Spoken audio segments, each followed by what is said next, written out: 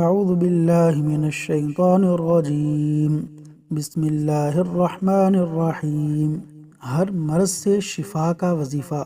نبی اکرم صلی اللہ علیہ وسلم کا ارشاد ہے کہ اگر کوئی شخص بیمار ہو جائے اور کوئی دوسرا اس کی عیادت کے لیے آئے اور اس کی موت کا وقت نہ آ چکا ہو اور عیادت کے لیے آنے والا 7 مرتبہ یہ دعا اس کے پاس پڑھے تو اسے اللہ تبارک و تعالی ضرور شفا عطا فرمائے گا۔ اسأل اللہ العظیم، اسأل اللہ العظیم رب العرش العظیم، اسأل اللہ العظیم رب العرش العظیم ان یشفیک، رب العرش العظیم ان یشفیک۔ سنن ابو داود، حدیث نمبر 3106۔